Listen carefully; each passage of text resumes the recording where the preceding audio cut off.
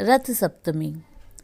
नमस्कार दोस्तों, आपका हमारे चैनल में स्वागत है। माघ मास के शुक्ल पक्ष की सप्तमी को अचला सप्तमी, रथ सप्तमी, आरोग्य सप्तमी, भानु सप्तमी, अर्क सप्तमी आदि अनेक नामों से संबोधित किया गया है।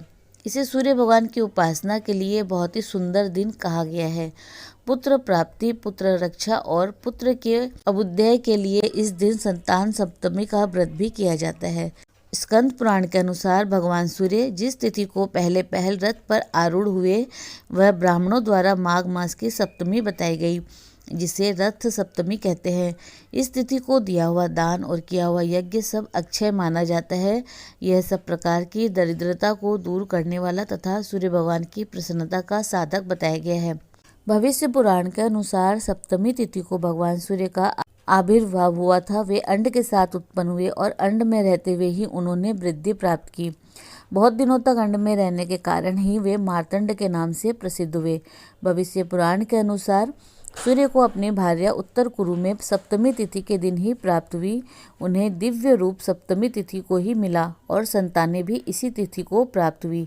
अतः सप्तमी तिथि भगवान सूर्य को अतिशय प्रिय है। भविष्य पुराण के अनुसार भगवान श्री कृष्ण कहते हैं, राजन, शुक्ल पक्ष की सप्तमी तिथि को यदि रविवार हो तो उसे विजय सप्तमी कहते हैं। वह सभी पापों का विनाश करने वाली है। उस दिन किया हुआ स्नान, दान, जप, होम और उपवास आदि कर्म अनंत फलदायक होते हैं। जो उस दिन फल, पुष्प आदि लेकर भगवान सूर्य की प्रदक्षिणा करते हैं वे सर्वगुण संपन्न उत्तम पुत्र को प्राप्त करते हैं। नारद पुराण में माघ शुक्ल सप्तमी को अचला व्रत बताया गया है। यह त्रिलोचन जयंती है। इसी को रथ सप्तमी कहते हैं। यही भास्कर सप्तमी भी कहलाती है, जो करोड़ों सूर्य ग्रहणों के समान है। इसमें अरुणोदय के समय स्नान किया जाता है। आक और बेर के 7 पत्ते सिर पर रखकर स्नान करना चाहिए। इससे 7 जन्मों के पाप नाश होते हैं। इसी सप्तमी को पुत्रदायक व्रत भी बताया गया है। स्वयं भगवान सूर्य ने कहा है, जो माघ शुक्ल सप्तमी को विधि पूर्वक मेरी पूजा करेगा उस पर अधिक संतुष्ट होकर मैं अपने अंश से उसका पुत्र होऊंगा। इसीलिए उस दिन इंद्रिय संयम पूर्वक दिन रात उपवास करे और दूसरे दिन होम करके ब्राह्मणों को दही भात, दूध और खीर आदि का भोजन कराएं। शिव पुराण के अनुसार रविवारी सप्तमी सूर्य ग्रहण के समान फल देती है और इसमें किया हुआ जप, ध्यान, स्नान, दान और श्राद्ध अक्षय होता है। अग्नि पुराण में अग्निदेव कहते हैं, माघ मास के शुक्ल पक्ष की सप्तमी तिथि को अष्टदल या फिर 12 दल कमल का निर्माण करके उसमें भगवान सूर्य की पूजा करनी चाहिए। इससे मनुष्य शोक रहित हो जाता है।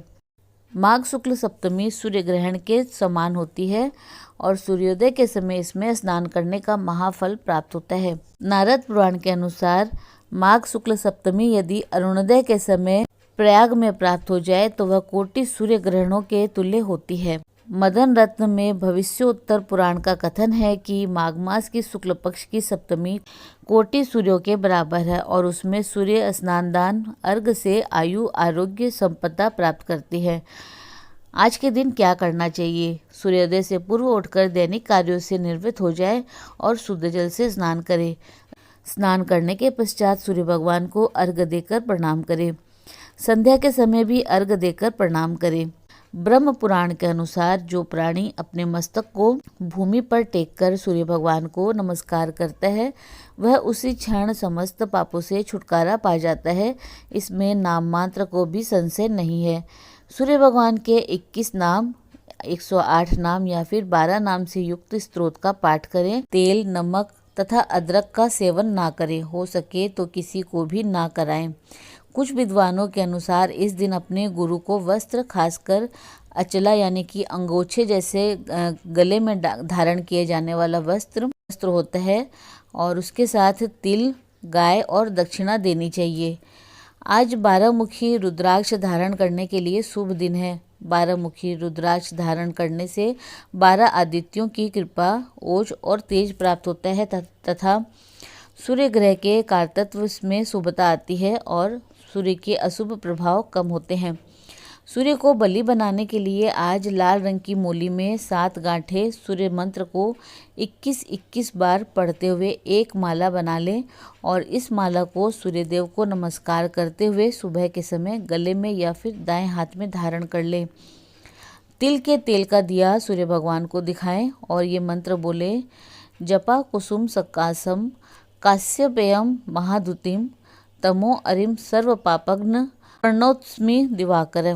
कुमकुम गंध पुष्प धूप तथा नैवेद्य आदि उपचारों से पूजन कर इस मंत्र से भगवान सूर्य से क्षमा प्रार्थना करें। भानो भास्कर मार्तंड चंद्रस्मे दिवाकर आरोग्य मायुज विजयम पुत्रम देहि नमस्तुते। इन क्षेत्रों में मिलता है सूर्य का शुभ फल। पूजा आराधना करने के बाद पूरे दिन बिना नमक खाए फलाहार करता है तो उसे पूरे साल सूर्यदेव की पूजा करने का पुण्य एक बार में ही प्राप्त हो जाता है। साथ ही कुंडली में सूर्य की स्थिति मजबूत होती है जिससे वह शुभ फल देते हैं। नवग्रहों के राजा सूर्य की स्थिति मजबूत होने से सरकारी क्षेत्र, अधिकारी वर्ग, मान प्रतिष्ठा, सामाजिक मान्यता आदि इन चीज़ों पर सूर्य का शुभ फल प्राप्त होता है। साथ ही आपकी सेहत को भी प्रभावित करता है। अगर इस दिन कुंभ में स्नान करते हैं तो इसका विशेष लाभ मिलता है। स्नान करने के बाद सूर्य देव को दीप दान भी करना चाहिए, इससे मनोवांछित फल की प्राप्ति होती है। साथ ही व्रत रखने से सौभाग्य, रूपवान, संतान सुख आदि की प्राप्ति होती है। भगवान सूर्य का व्रत करने के लिए खास नियम यह है कि जिस दिन भगवान सूर्य का व्रत करें उस दिन नमक, तेल और अदरक का सेवन ना करें। साथ ही इस दिन आंवला का सेवन भी नहीं करना चाहिए। तो दोस्तों, इसी प्रकार और भी रोचक जानकारी के लिए आप हमारे चैनल को लाइक, शेयर व सब्सक्राइब करें। हमारे चैनल में विजिट करने के लिए धन्यवाद।